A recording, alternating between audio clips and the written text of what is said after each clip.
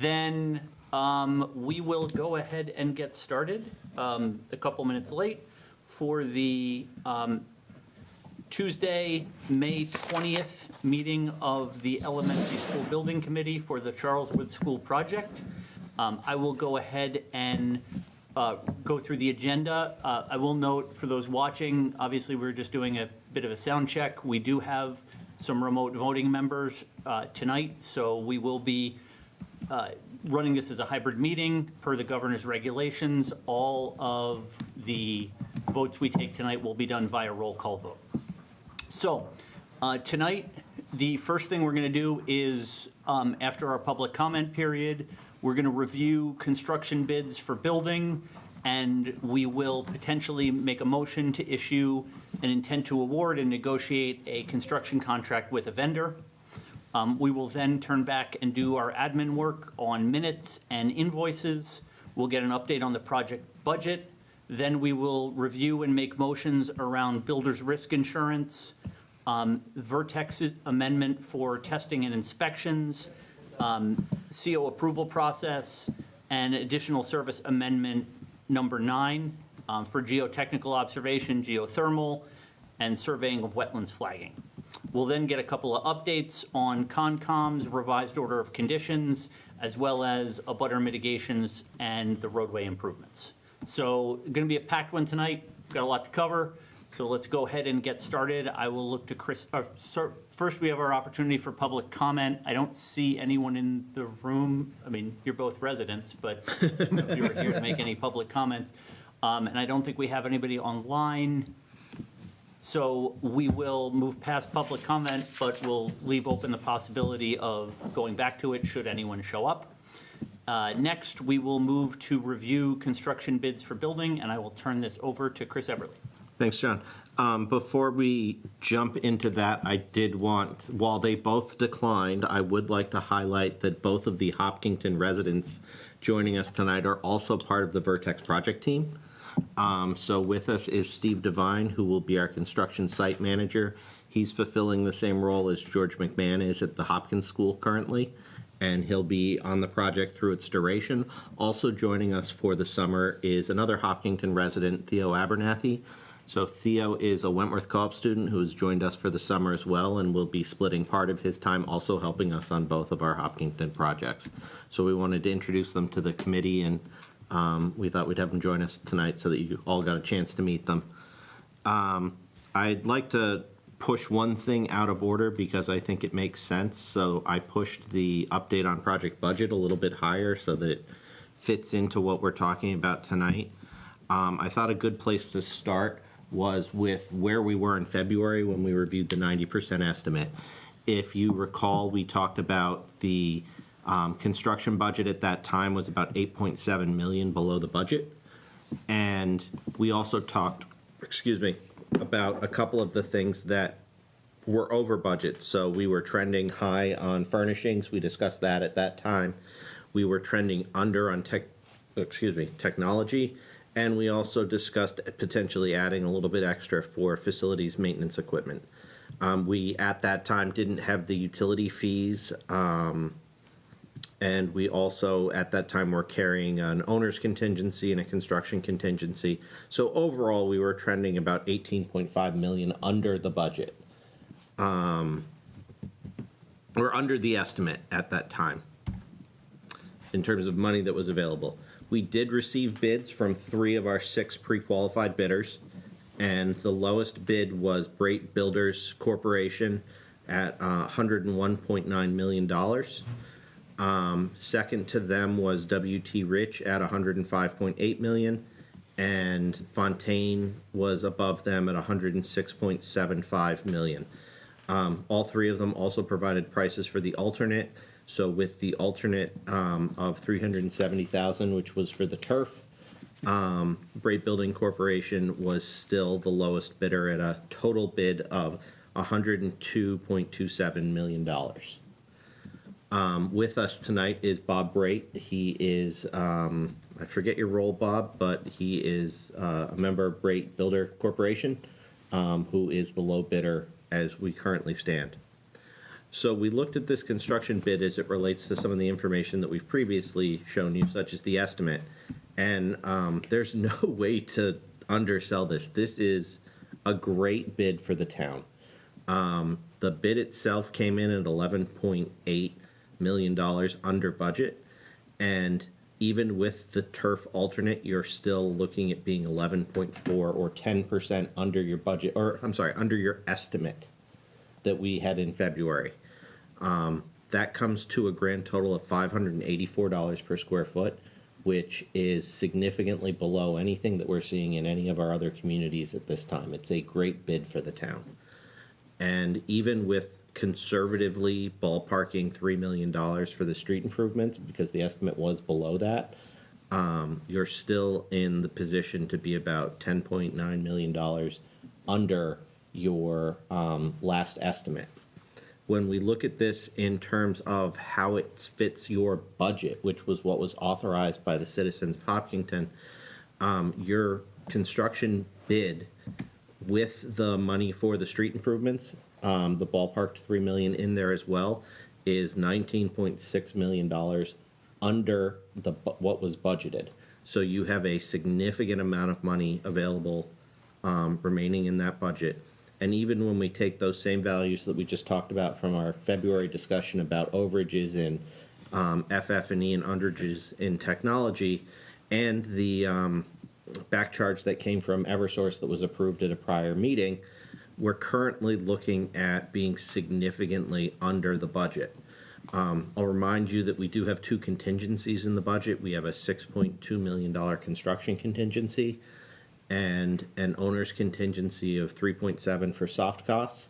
And so when you take those contingencies into account, we are looking at having about 2.8 or $29.8 million available for change orders or scope or being refunded back to the taxpayers, or I should say that a different way, not borrowed for the taxpayers. That's better. Which means that the impact that was shared for this project is going to be much lower than was originally forecast, and things that were discussed but not quite decided on, like moving forward with moving the modular from Elmwood when Elmwood shut down over to Hopkins. There is plenty of money available to handle any of those contingencies that the committee chooses to move forward. So this there's no other way to put it. This is about as great of a bid as the town could receive. That being said, and forgive me, Bob, the system we have in Massachusetts lends itself to change orders. The public bidding system has a very stringent standard for the designers and a very stringent standard for the documents. And change orders are not well, hopefully we don't have any, or the architect made errors. They're just a fact of life. Unforeseen conditions come up. The standard of care is around 1% change orders. So it's typical that there will be change orders that come up over time as you get into things that come up.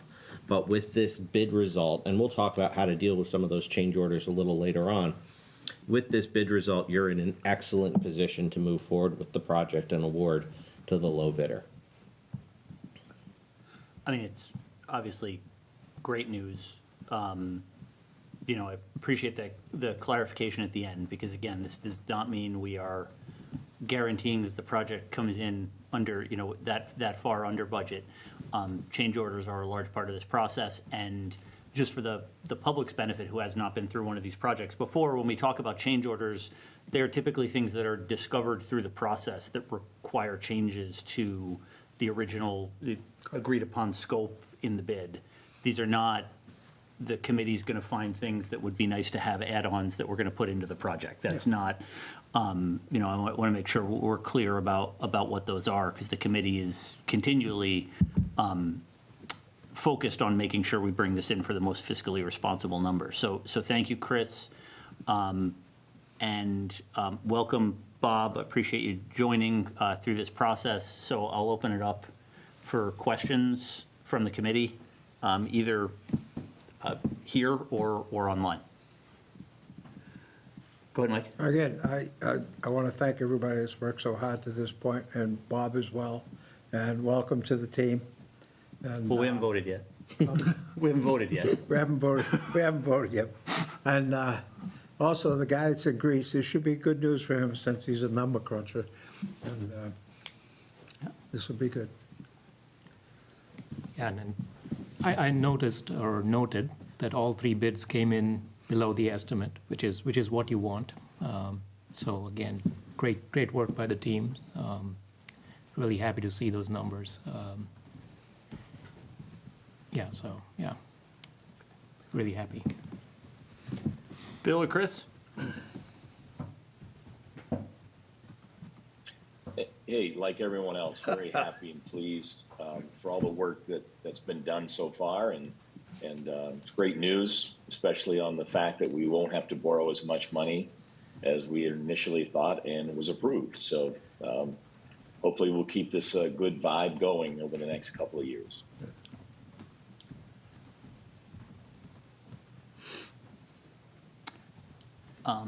Okay, well, So, one more note, if you don't mind, which would you want to for the add, or- benefit of the committee. Your MSBA reimbursement is a portion of the cost. And we talked a lot about the different things that go into the MSBA reimbursement. In your scenario, you have saved a significant amount of money. And so you are going to be closer to the caps that you were previously exceeding in terms of that money that you're saving.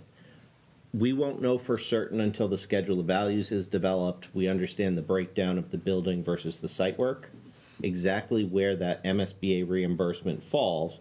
But in the same way that you are saving significant amount of money, less money is going to be reimbursed proportionally. And so as a proportion of construction, it's possible that that number could be higher if more of it is building costs than site costs as we get into that breakdown. So you could, as a percentage of the overall cost, be doing a little bit better, but in all cases, it's less money Yeah. than you were originally thinking you would receive. But it's also less money that you're going to ultimately be spending. And so some people can be surprised when you get the next stage of the MSBA process is what's called the Project Funding Agreement Bid Amendment. And some people can be surprised when that comes in and suddenly the number is lower than what it was before. But that's because it's a function of how much you're saving on the overall cost of the project. Yeah, no, that's important clarification, thank you. But obviously, materially, we're still gonna be well below what the town was expecting to spend back in November when this was approved. Last thing, potentially before we take a vote, I'm just thinking that as people digest this, I'm gonna do one of those things where I'm gonna say what I think is right and let you guys tell me if I'm stupid or not, people might be looking at this and saying, well, why did we come in with an ask at town meeting that was so far over what we ended up seeing? I think this is reflective of, we've been in pretty unprecedented volatile times when it comes to costing these things, between the hyperinflation that happened, between all the factors that have been going on that affect building projects financially, and that this was based on the best estimates that we could have seen in November, and we happily are in a much better economic time for a customer than we were in November. I think there's a couple of factors out there, that being one of them. So one of the factors is that what we've seen across the process since this was voted at town meeting, which is that the escalation that we thought would occur at that time has not matured to the level that we thought it would. And so with that escalation lowering, it's lowered the estimates. I think your project hit the market at a specific time and in a specific way, in that it is it doesn't have any weird complications. We're not building adjacent to a school. It's not a messy ad reno. It doesn't have a weird phasing. And so the market looks at those types of projects as more advantageous for them. And so they may go after them more aggressively. I think we also are seeing a little bit of the economy come into play. in terms of if I'm a contractor that's used to doing $100 million jobs, I would much rather have a $100 million job than not have a $100 million job. And I think, while I'm sure Bob wishes he had been a few million higher, I think when you look at the bids that we received, they're all reflective of a marketplace that aggressively went after this project and wanted to land it. And so the town, as a result, is benefiting from that right now. Okay, great. I think all the bids were within, what, 5% of each other? The Brait's bid was, might have been a little bit lower, but the other two were very close to one another. Yeah. Which is And the- a good sign, yeah. The RFIs that we received, I think, Dan, you'd agree, people were clearly sharpening their pencils and making sure that Lot they of unearthed questions. every possible question that they could Yeah. as they were preparing their bids. Okay, Yeah, given that the spread is not wide between the three bids, it just shows that the documents were good, were good design documents.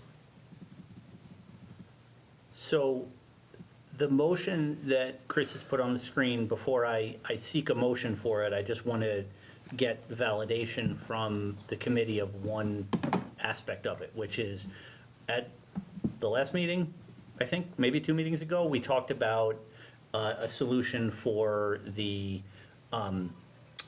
grass, the green space between the playgrounds and switching that to artificial turf to make it easier to maintain and in and around those areas. That came in at $370,000. Are we comfortable as a committee, before, again, I seek the motion, in keeping that alternate in there and putting the $370,000 for that turf, small turf field? I'm good. Good? I'm good too. Okay. Bill and Chris? Yeah, I'm good as well. Yes. Okay. That being the case, I would then seek a motion to accept a bid of Brait Builders Corporation in the amount of $102,270,000, inclusive of alternate one, and to award the construction contract for the Charles Wood Elementary School to them following successful contract negotiations. So moved, Mr. Chairman. Okay, is there a second? Second? Okay, I have a motion by Mike, a second by Jack Root. As I said, we are a roll call vote. We'll start on the Zoom. Chris? Yes. Bill? Yes. Mike? Yes, sir. Jack Root? Yes. And I am a yes, so it is unanimous, 5-0. And I'll echo Mike's welcoming Bob and Brait Builders to the team for this project. We look forward to working with you. And again, can't say enough of gratitude to the teams at Vertex and Perkins Eastman for all the work that went into this bid process. I saw maybe a fraction of the questions that came in, and I know that the team was really diligent in responding to them and clarifying where they needed and made this process, at least from the town standpoint, as smooth as it could possibly be. So we are very thankful for that. And this is a really significant moment in this project. We now have somebody who is officially going to build this building, so it is exciting. And Pending successful contract. pending successful contract negotiation. I'm just eternally optimistic. And now we get to start, we'll start talking about things like groundbreaking and schedule and things like that. So very exciting. And again, thank you to everybody on the teams and on the ESBC and the school for making all of this happen. Okay. So. So next was minutes and invoices. Minutes and, okay, so we have minutes from our last meeting, which was April 15th, 2025. Are there any questions or comments on the minutes? Hearing none, I would seek a motion to approve the meeting minutes of April 15th, 2025, as included in the agenda materials. Mr. Chairman, I move to approve the minutes of April 15th, 2025 as written. Okay, is there a second? Second? Okay, I have a motion by Mike, second by Jack Root. We'll start out on the Zoom again. Bill, Yes. Chris, Yes. Mike, Yes, sir. Jagrut, Yes. and I am a yes. So those minutes are approved. Next, we have bills to pay. So in our invoice package, we have 5 invoices. So we have an invoice OPM 11637 from Vertex in the amount of $33,333.33. We have an invoice from Perkins Eastman, invoice number 0095-421-00017 in the amount of $388,500. We have an invoice from Local IQ New England, invoice number 0007-020350 in the amount of $128.70.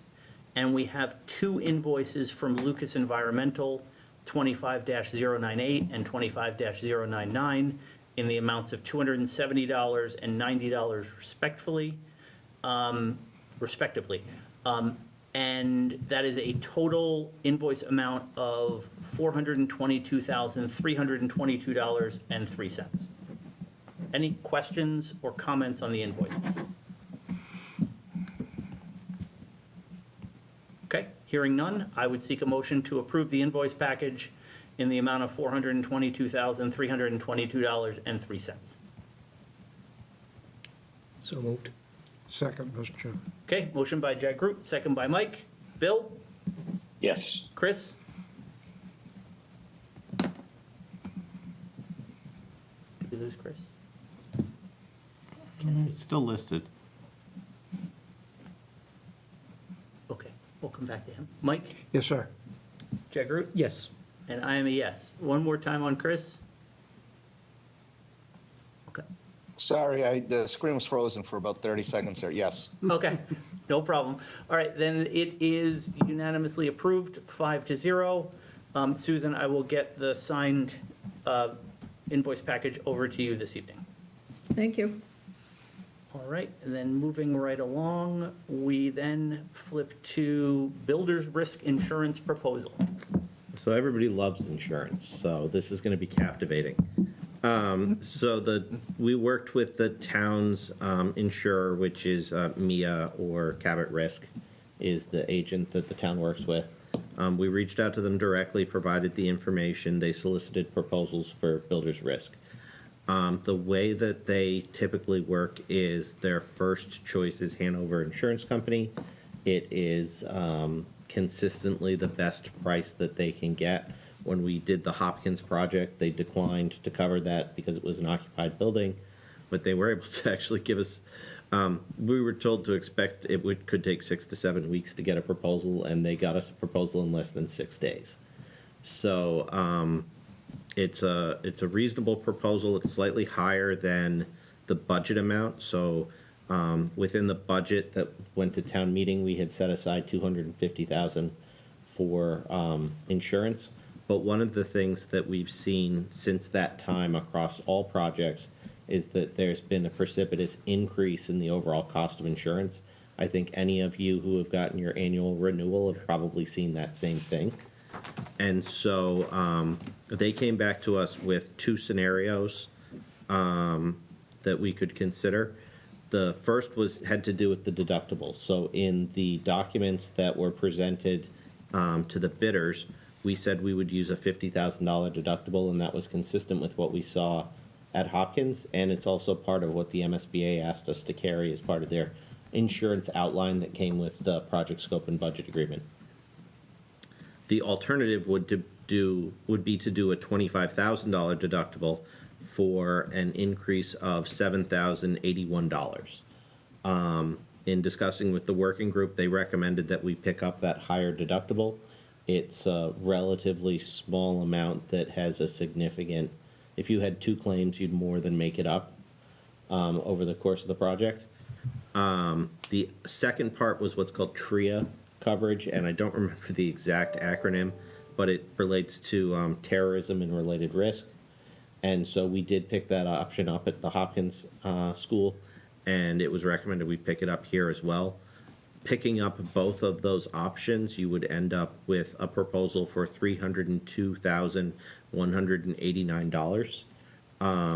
And the one thing that I did not specify in the motion I wrote on the screen, but I would ask you to also suggest, is that the balance from your budget would come from owner's contingency. Yeah, and you kind of hit on this, but important to note, when we talk about the deductible, that's a per incident deductible, correct? Yes. They're clear. Okay, any questions about this proposal? Could you clarify if multiple proposals were received? Again, we're working directly with the town's insurer, and they, from their experience, tell us that when they seek the proposals, if Hanover gives them a price, they don't seek another price because it's never better. That was what we heard from the town's insurer, and they've told us that on multiple projects in the past, this town and in others, because the insurer, it's really the town's insurance agent, and so they deal with the town's whole insurance package as part of the work they do for the town. You would have the option, if you chose, to ask your contractor, once they're under contract, to seek a builder's risk proposal to see if they could get a better price. But from what the MIA representative shared with us, he did not think that was likely to yield a better price. And in some of our past experience, when we've looked at things like this, sometimes you can't even get another price, because if an insurer has quoted for one agent, they won't quote again. Hey, Chris, I have a couple questions. One is, on a project this size, what is the history of how many incidences we've seen or the industry has seen, whether it's 2 or 3 or 4, on, again, a project this size? And number 2, what type of coverage are we getting here that would affect the other issue we talked about last time, and that is any potential damage to neighbors in the area as they're building and constructing along the way?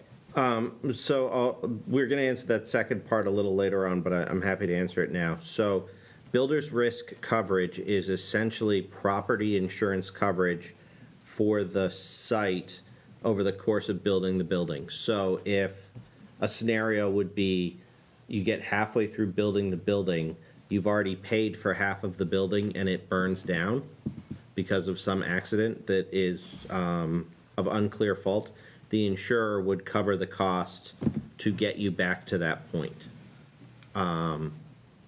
The general liability is where the issue of, like, the neighbor says that your construction site cracked my foundation, and so it's general liability insurance through the contractor, and also the town that would respond to any type of claim by a neighbor that the construction somehow caused a problem for them that led to a claim. It wouldn't be general liability. It's harder to answer the how many claims you get on a building this size, because it varies by a number of factors. Like most insurance, it's it's risk. It's assumption of risk for a cost. I can tell you that at the Hopkins School, we had we notified them of one potential claim, and I think there was a second potential claim that occurred that would be covered under the same policy. And so that's been in construction less than a year, and we had 2 claims. And they were things like slipping on the ice in the school's parking lot, because in that case, because you're doing an ad reno on a building, the builder's risk replaces your property insurance for both the building and the construction. So all those property insurance related claims, similar to what you might see for a homeowner's insurance policy, fall under that. Thank you. Other questions?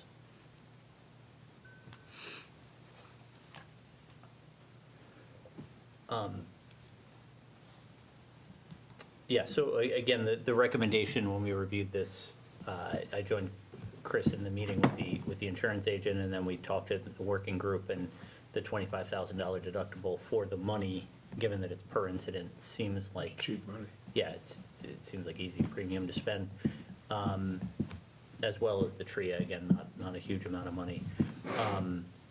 Does anybody feel strongly otherwise that we should go with the 50,000?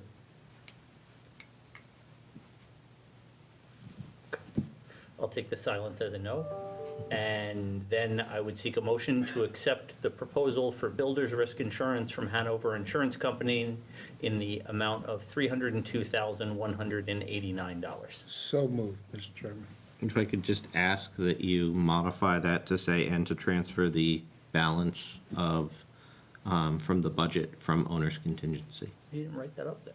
I Yeah, know, I'm like Ron Burgundy. It says His name was on the I keyboard. tried to maintain the So level from of, owner's contingency? from owner's contingency. Okay, so I would seek a motion to accept a proposal for builder's risk insurance from Hanover Insurance Company in the amount of $302,189 and to transfer the unbudgeted balance from our owner's contingency. So moved, Mr. Chairman. Second? Okay, I've got a motion by Mike, second by Jag Root. Bill? Yes. Chris? Yes. Mike? Yes, sir. Jag Root? Yes. And I'm a yes. So we have approved that 5-0 unanimously. All right, moving on. Chris, do you want to take this one? Testing and Sure. inspection? This was one of the packages that was sent out to the group. It's for the testing inspection agent that we'll have throughout construction. This is concrete, steel, and soils, not soil compaction, the geotech. We reached out to 3 firms that we do significant amount of work for and got proposals based on our estimated units and quantities to compare rates.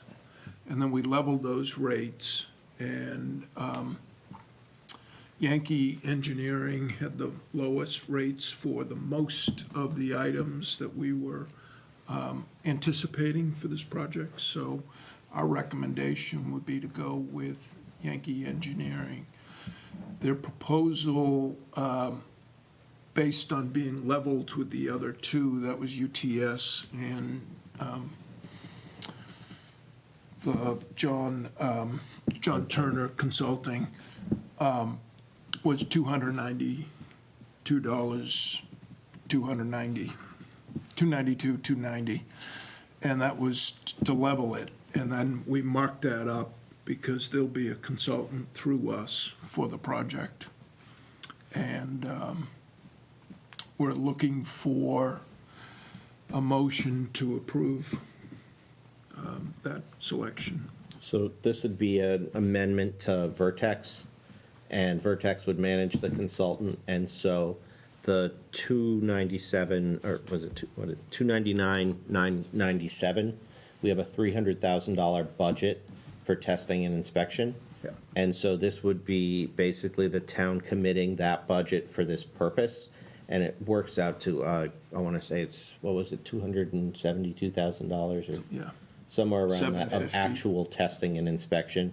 Should we exceed that, we always manage that to what we feel is appropriate, and Steve Devine will be our main point of contact for managing that. But should we encounter more than we expect or something, it would be something we'd bring back to the committee. That budget's really an upset limit that we try and manage against. Okay.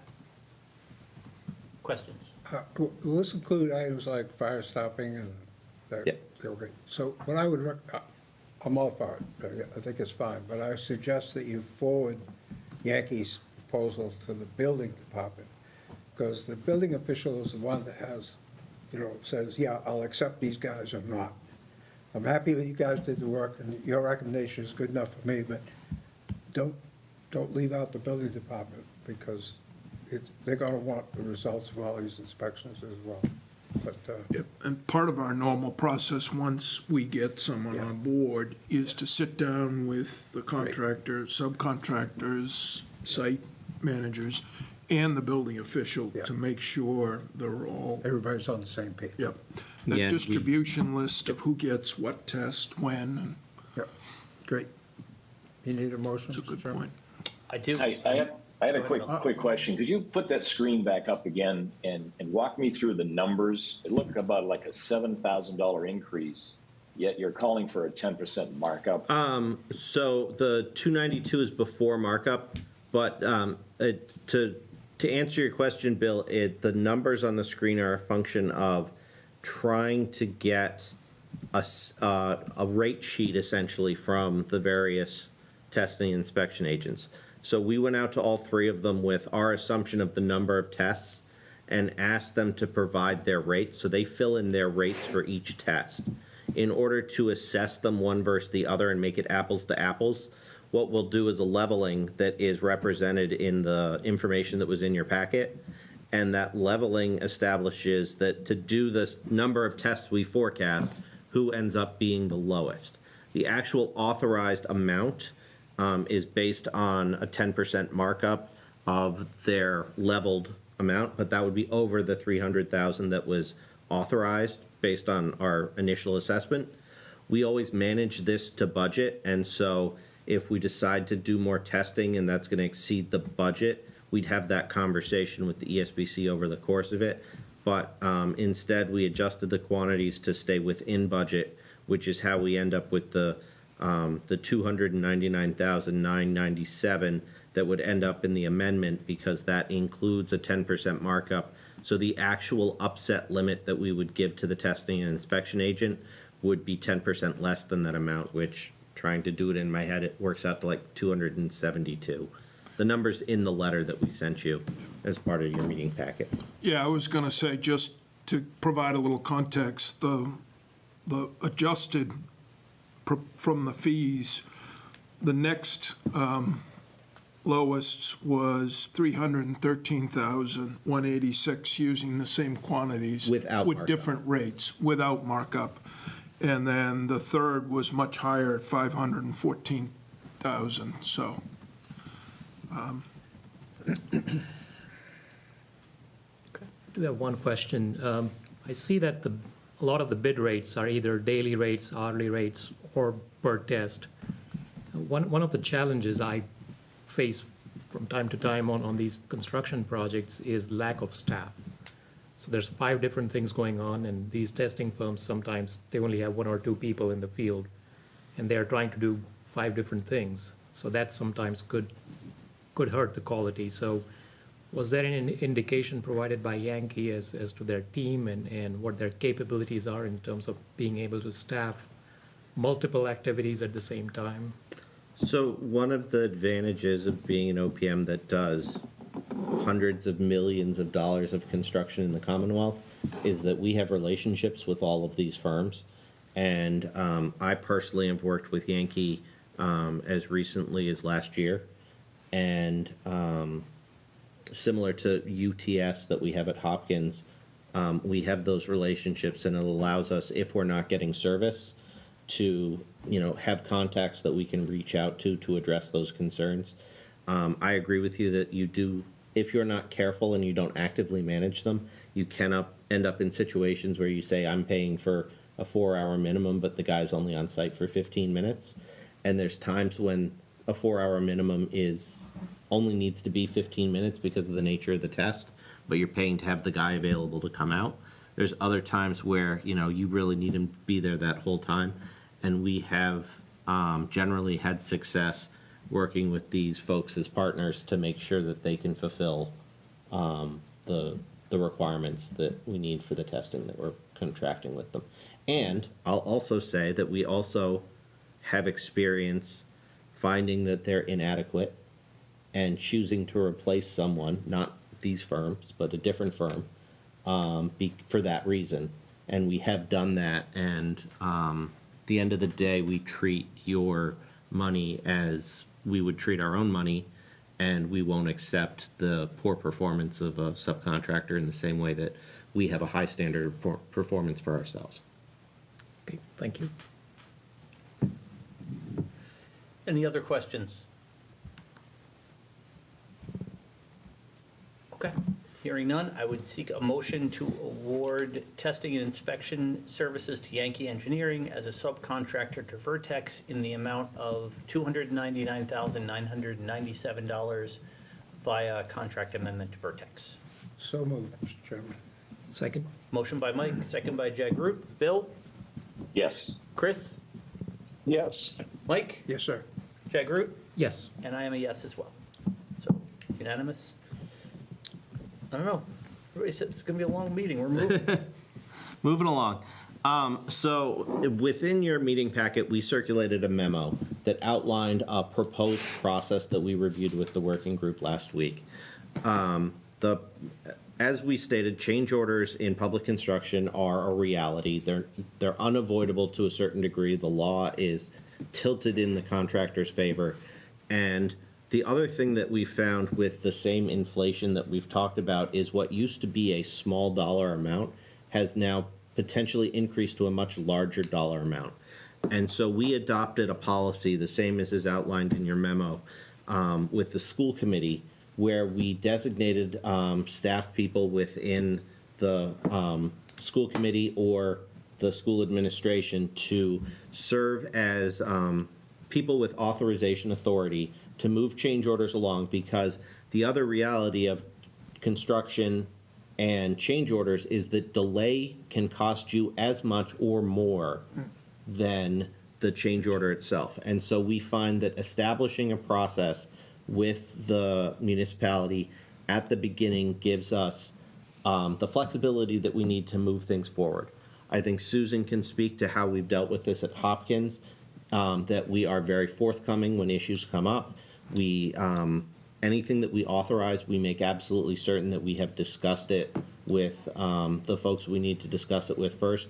We are very responsible with what's been entrusted to us on that project, and so we're proposing to follow a similar structure. The full details of that are in the memo that we provided to you in the meeting packet, but to summarize, what we would ask is that you designate Susan to be the ESBC liaison. She serves a similar role on the Hopkins project now, which I think has worked successfully thus far. And we would ask, because time is of the essence in this situation, and because of the joint experience of John and Mike, we would ask to designate each of them as ESBC approvers under the same memo. The approach that we're proposing boils down to setting a threshold of $25,000 that would give Vertex approval. We always reach out, unless time is absolutely critical, to the appropriate person within the town. In this case, it's usually Susan or Tim Persons, to make sure that you're on board with us using our authority in those situations if we have that option and it's not going to cost more. Once you move beyond that $25,000 threshold, at the $25,000 to $75,000 threshold, we would look for the ESBC liaison or either Mike or John to have the ability to approve that change order moving forward. What this does is it takes us out of the ESBC meeting cycle so that we don't have to wait potentially up to 30 days to come back or call emergency meetings to authorize things. Once we move beyond that $75,000 threshold, we would look to have at least 2 of those 3 people on board with the change that's being proposed. When this is authorized, we will be reporting, especially on major changes specifically, that were authorized in the previous 30 days, but we'll regularly provide you with a proposed change order log, which is something that we generate during construction, and what that contains is authorized change orders, estimated change orders, things that we think may lead to change orders so that you know that it's coming, and also anything we've been notified by the general contractor that is coming in terms of a change order.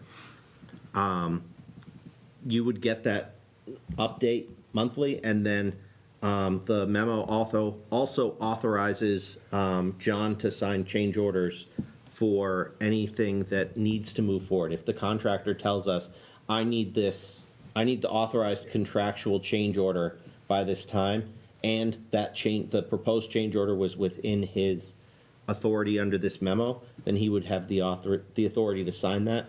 Otherwise, we would be bringing the aggregate change orders back to the committee for signature. Yeah, so this is really just about expediency. And within it's the all about process. expediency, and this is our recommendation. Yep. If you would like to tweak any of the elements of this, we are certainly open to discussing that. Ultimately, this is based on experience on other projects. We typically recommend a process such as this to move this stuff forward. And I feel that this has been very successful, having implemented it on the Hopkins project with Susan in the same role.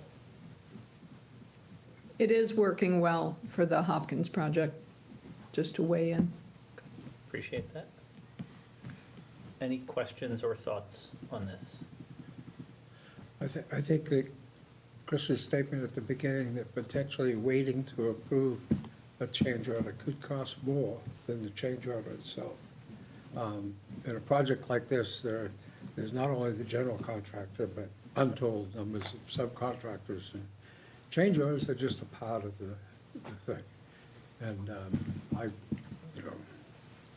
I can't make a motion because I'm on the damn list, but I think not doing this would not help us at all. I think it's the right thing to do. I can make the motion. Okay. Go for it. Let's just read out the, Oh, yeah, so, sorry. I'm seeking a motion to adopt the process outlined in construction cost changes authorization process memo dated May 20th, 2025. so moved. Second, Thank you. And we have a motion from Jag Root, second from Bill. Bill? yes. Chris? Yes. Mike? Yes, sir. Jag Root? Yes. And I am a yes. So 5-0. Now we move on to, Change order, or another amendment. So we talked about the Vertex amendment for testing and inspection. We also have an amendment for Perkins Eastman. So at the time that we negotiated their fee through CA, we covered sort of base services, but there were a few areas that we weren't prepared until we got to this point to authorize. The first of these is actually a cleanup from what we authorized at the last meeting. So we talked about authorizing the survey of the wetlands flagging would be coming at a future meeting, and we had authorized the civil and environmental change order associated with that became part of Amendment 8. This would be that final survey cost for going out, surveying the location of those wetlands flags, and surveying the inlet and outlet of the work that led to our amended order of conditions. It also contains the on-site observation from the geotechnical engineer. It's common practice in a commercial building to have the geotechnical engineer observe the substrate prior to the placement of footings, and also to have them observe some of the pavement to make sure that it's properly prepared so that you don't have long-term issues. This would be an upset limit fee, so it would be billed as incurred, and it's based on a number of visits estimated based on the size of the project. So that would be for $44,500 plus the 10% markup due to Perkins Eastman by contract. The third item is for the geothermal engineer, and this is based on the idea of having a person on site during the well drilling, assuming 2 wells will be drilled a day, so 2 crews operating together, and they would be on site for basically, assuming that moves forward, they would be on site to observe those 2 wells, and then an additional 10 days. I think it works out to like 68 visits. Yeah. And so we did find, just to make the committee aware, we took a similar approach at Hopkins, which only had 35 wells. And proportionally, we ended up with about 38 days there. So it is possible that depending on how the contractor chooses to approach the well drilling, this could lead to a need for more on-site observation during that process. And they're really there to understand what's happening, advise on any issues that come up, because the driller typically comes with a idle charge that is significant, thousands of dollars an hour. And so it's to minimize that type of disruption that can occur when you're drilling into essentially an unforeseen condition. Okay. So all together with the markup, this comes to $187,880. Any questions about this? Chris, is it reasonable to expect they'll have 2 rigs during the drilling process? Because, if they show up with one, our 60-some-odd days gets a whole lot longer. No, you can't dictate their means and methods in a general I contractor understand bid. that, I read this and my own take questioned the same thing. In the end, I thought it was appropriate to bring this to you as proposed, with the caveat that it could lead to more if we get issues. Like Hopkins, one of the issues that we had is that when they drilled all the wells into the strata, Yeah. they found that there were fissures below the ground. So when they began pumping in grout in this well would suddenly surge out of this well. Yeah. And so they needed the engineering support to make sure that they could attack that efficiently, and that led to extra days. But when I saw that the number of days proposed was double, but the number of wells is 4 times, Yeah. I had that same thought. Yeah. I'd rather start with this and come back to you if it's necessary. All right, so potentially, we could suspect, should it take longer, or only one rig drills all of them, it'll be longer and they'll be back for a change. Yeah, and initially it was proposed as a lump sum. Yeah. Based on a number of visits, and we thought it was more appropriate to do it as an upset limit, Okay, all right, and thank they you. agreed. Thank you. Other For the, questions? Go ahead. for the geothermal, it says drilling and installation. How about commissioning? Is that separate or like? It's not so much, commissioning's a weird word in that context. It typically includes observation of some of the testing and the purging of the piping. And they came back and observed some of the work we did when we tested at the wells. But it's a sequence that we'll work out with Brait to make sure that we maximize the value of the engineer when they're on site. And if we think that they'll add value to the scenario and we've exhausted our number of visits, we won't be shy about saying, hey, let's make sure he's here for this. Yeah. At the same time, if it's going exceptionally well and we're through the wells and the way that they buy out the geothermal, their scope is more or less done. Like, they might leave for a really long time and then just come back for one day of testing 6 months later when we're actually connecting the building to make sure that the performance is still there. So, Their backup material does talk about pressure testing the individual circuits and then pressure testing the whole system. Yeah. So if you picture it up to the manifold, that whole So it's field really- work, and then the commissioning will be on the inside. Yeah. My question was HVAC more system. about, would there be an engineer present during for the pressure testing, the flushing, purging, all of that? it would be this engineer, not Okay. necessarily the commissioning engineer. Yeah, that was my question, thank you. Other questions? Okay. Hearing no more, I would seek a motion to approve Perkins Eastman Amendment 9 in the amount of $187,880. So moved, Mr. Chairman. Second? Okay, motion by Mike, second by Jack Root. Bill? Yes. Chris? Yes. Mike? Yes, sir. Jack Root? Yes. And I'm a yes, so it is approved. Okay, while I'm Voting. very respectful of the visual learners in the audience, I decided not to make slides for the next couple of items. The first one I wanted to talk about is just an update of where we ended up with Concom. for those who couldn't attend the meeting. So we did go back to Concom, and we did resolve the amended order of conditions.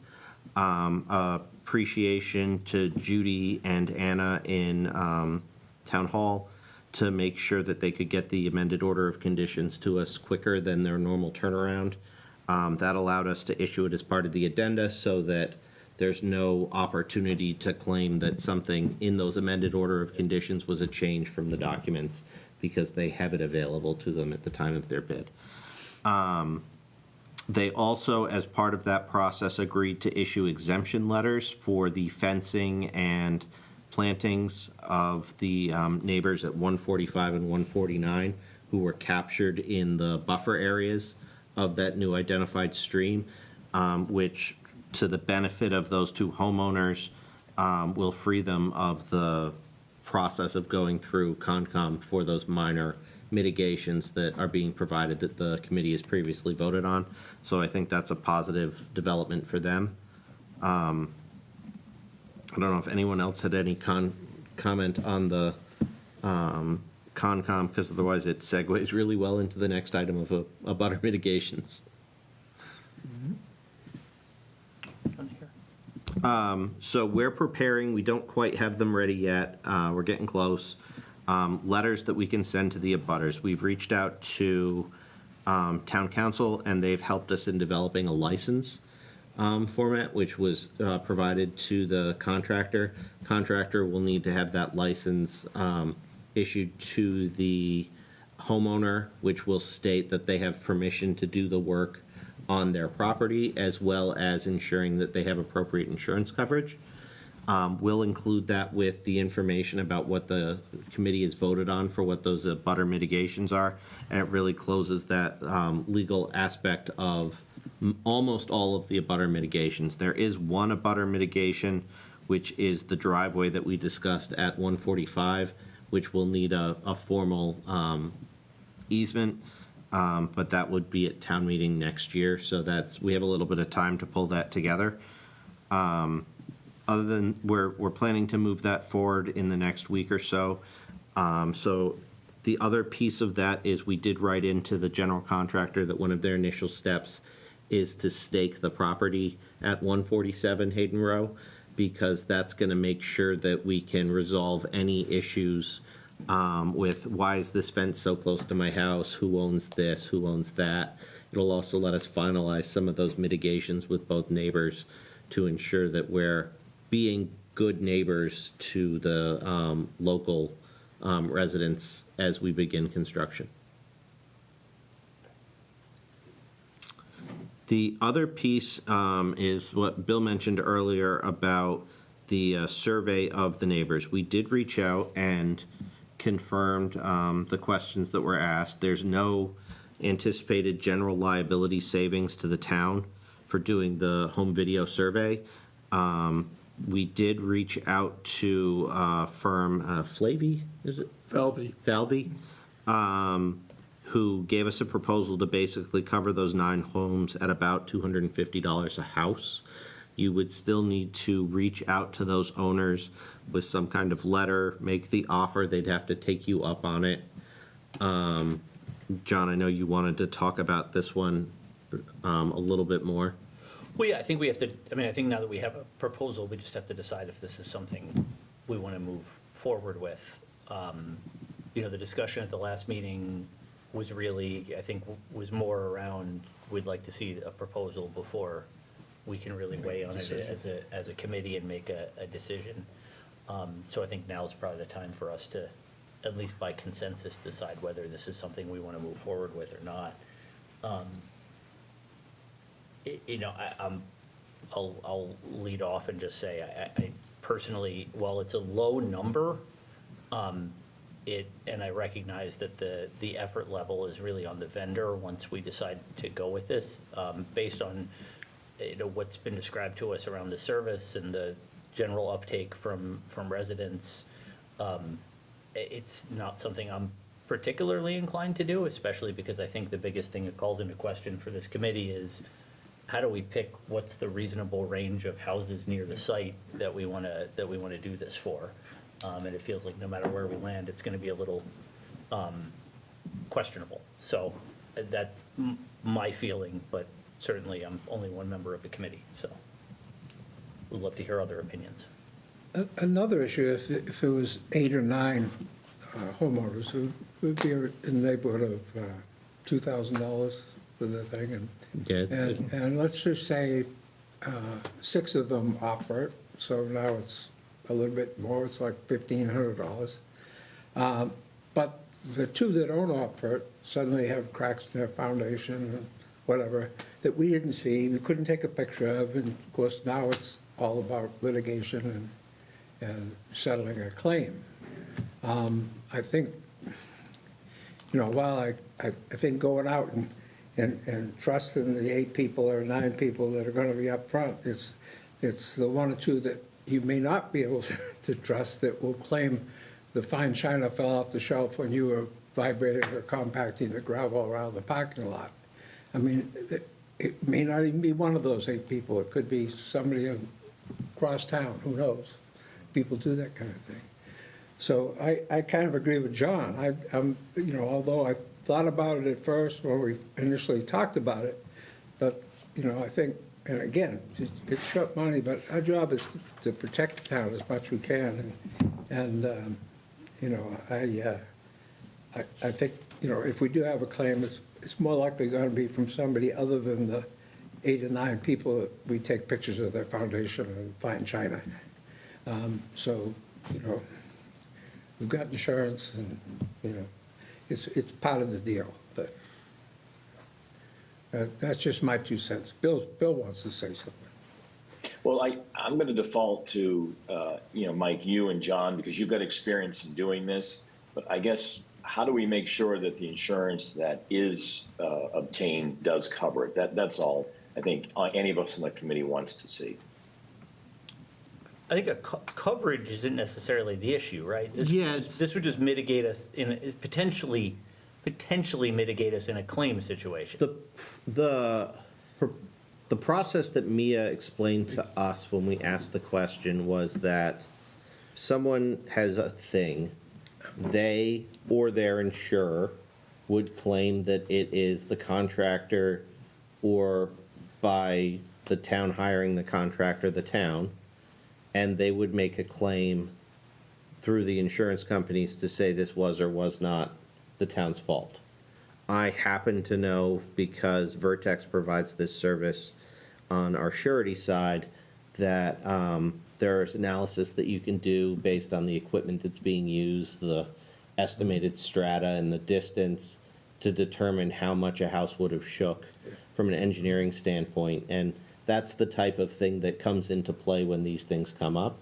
But you're still, the contractor carries general liability. It's really, he emphasized that it was really general liability for these types of things, so it's not a specific insurance that you would carry for this coming up. We've seen towns elect to do this, which I think we said last time, and we've seen towns not elect to do this. And in both scenarios, we've seen what Mike's describing. Someone comes up and either didn't want the survey but has an issue, or wasn't offered the survey and has an issue and wants to bring it up. So when it comes right down to it, it's really, the ESBC and the town's decision whether this is worth it. I'll be honest, it's, from an administrative point, it's a lot simpler for us to not pursue this.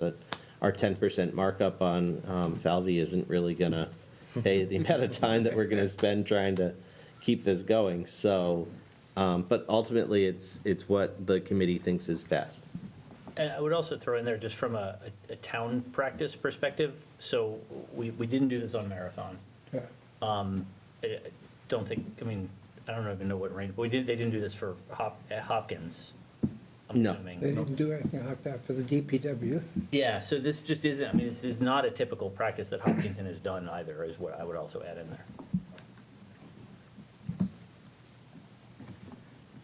And my thought on this is, while, doing this survey does give good photographic documentation of certain aspects of a potential claim, there could be a range of things that could come up in a potential claim. So you may or may not have good documentation depending on what claim is being made. So that, again, brings into question the usefulness of the survey. There might be some limited usefulness, but again, my opinion is maybe not worth it.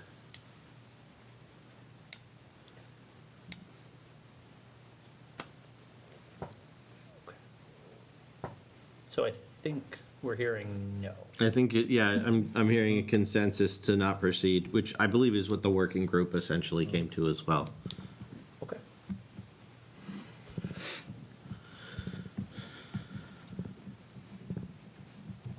All right, for the visual learners in the audience, I have one more slide for you.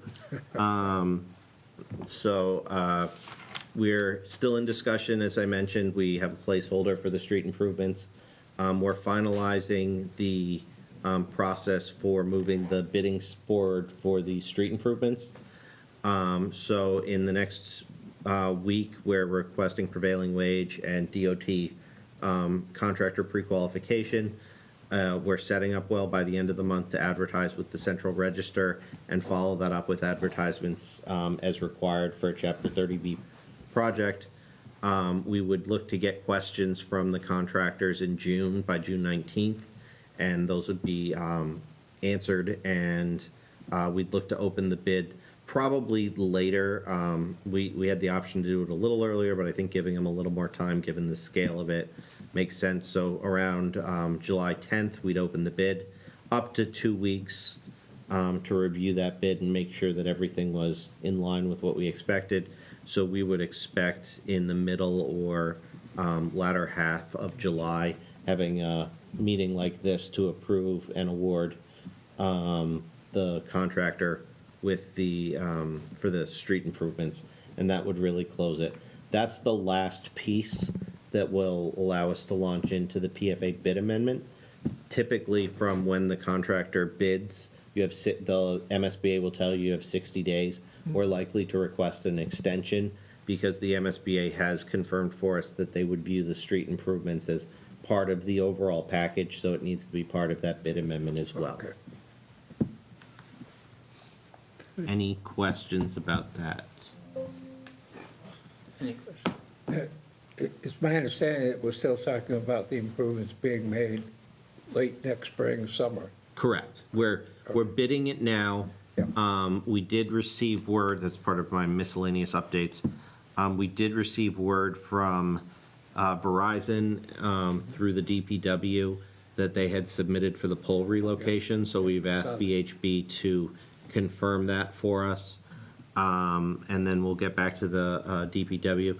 The hope in doing it next summer is that we minimize the impact to commuter and school traffic when the summer is typically lighter. And it's also so that we give Verizon, Eversource, and the other utilities as much of a landing strip to move their poles, get out of our way, and be ready to go, so that when we finally do the street improvement work, we're not waiting on them. That's optimism more than it's something I can control, but my hope is that if they have, 8 to 10 months to move 2 poles, or however many poles we end up needing to adjust, that it gives them enough time to find a window to make that happen. We like optimism. We got an email today from the MSBA on the bid amendment. I assume- so- That's what I just Okay. referenced, yeah. Yeah, so that's the same thing we're Yeah, talking so about here. So typically obviously you're their supposed to. timeline, Their timeline's 60 days. right, We'll formally respond and ask for an extension based on what we're seeing for street improvements. Okay. With the hope that we can finalize it in late July, early August. okay, cool. Yeah, their email said July July 21st. And that just might be a little too tight to make it work. Seems that, Yeah. yeah, okay. Yeah, that was why I wanted to ask, because it seemed like, as long as we can get that pushed out. Okay, any other questions on this?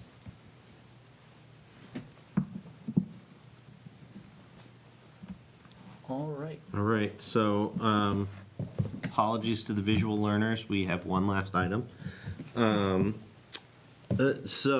I want to make the committee aware but I would prefer not to discuss at any great length that we did receive two bid protests as part of the bidding process.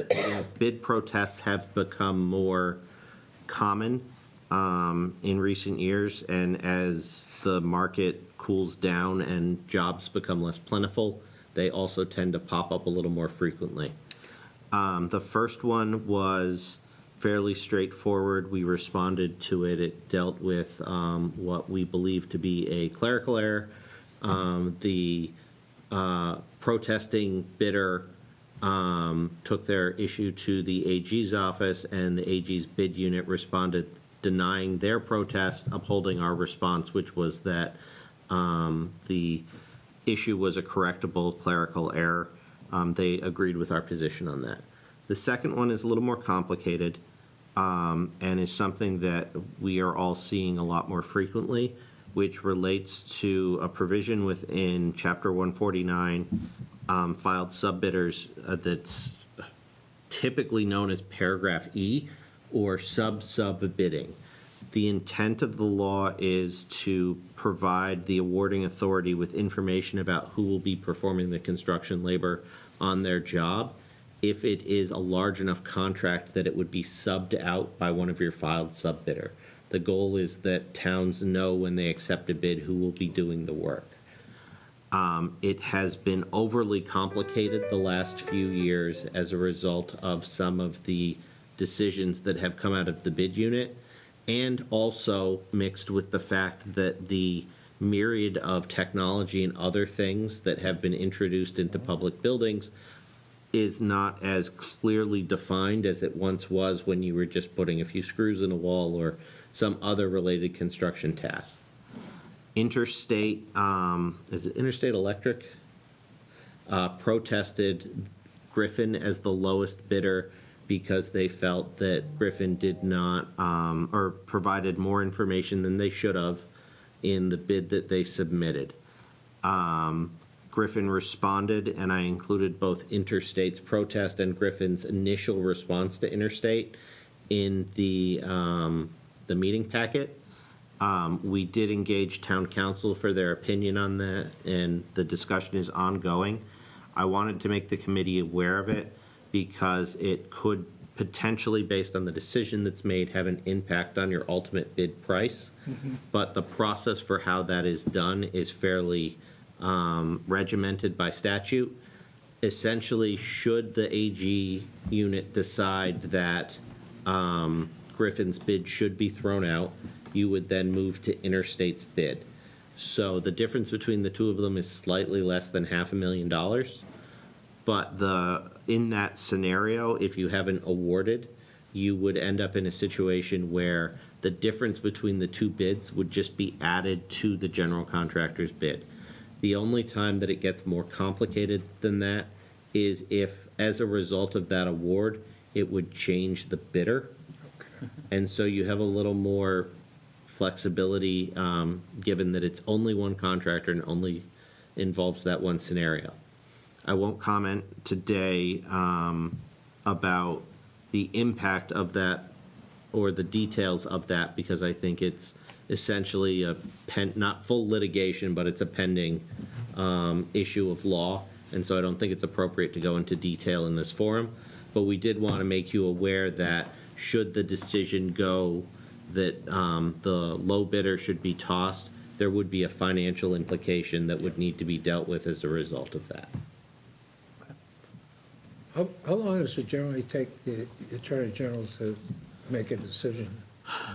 I'm only asked because I don't want to, because there's a lot of electric stuff down at the beginning, So the other protest was resolved in a matter of hours, Yeah, okay. but it was a very simple one. Okay. We've seen weeks in some cases. It depends on a number of factors of which we have no control over. How quickly the contractor responds, how quickly the protest is scheduled. I think they're doing them in person again. They were not for a while. They were doing them remotely. So all of that factors in. From a schedule impact, I did want to just share with the committee, we issued direction to the contractors that we would give them notice to proceed by early June. Was it June 7th? Early June. Something like that. And based on that June 7th date, they would have a substantial completion date around October 28th of 2026? No, 27. And then we have 2 months to prepare to open the building. Okay. So if we decide that because there's an open protest, we don't want to award, then once it gets to that date, we have a decision to make. Okay.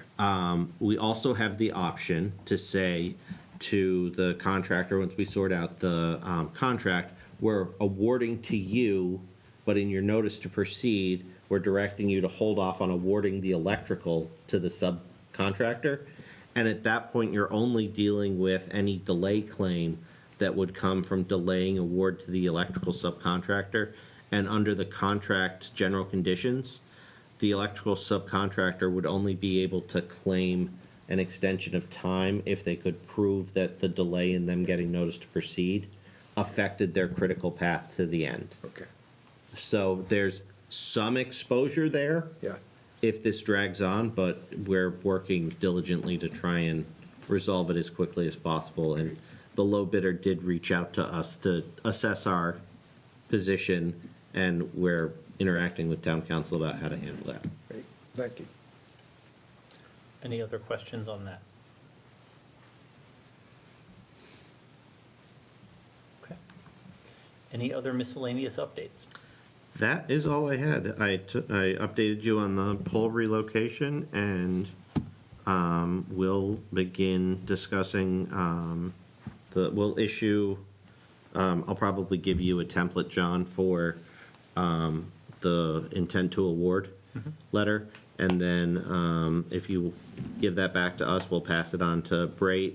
That lets them secure their various bonds and things and certificate of insurance for the contractual process, and we'll continue moving that forward to formalize and award the contract to them. Awesome. Okay. Well, then if no one has anything else, I would seek a motion to adjourn the meeting. So moved, Mr. Chairman. Second? Okay, motion by Mike, second by Jaggerut. Bill, I'm sure, is definitely going to be a He yes, looks- given he's ready for He looks go to tired, sleep. doesn't he? It's 2:30 in the morning here, so yes, I will adjourn. Thank Well, we you. appreciate you I vote hanging to- in with us. Chris, Sure. Yes. Mike, Yes, sir. Jaggerut? Yes. And I am a yes, so the meeting is officially adjourned at 7:23 PM. Thank you, as always, to HCAM for broadcasting and providing the studio space. Thank you all for watching, and have a good night.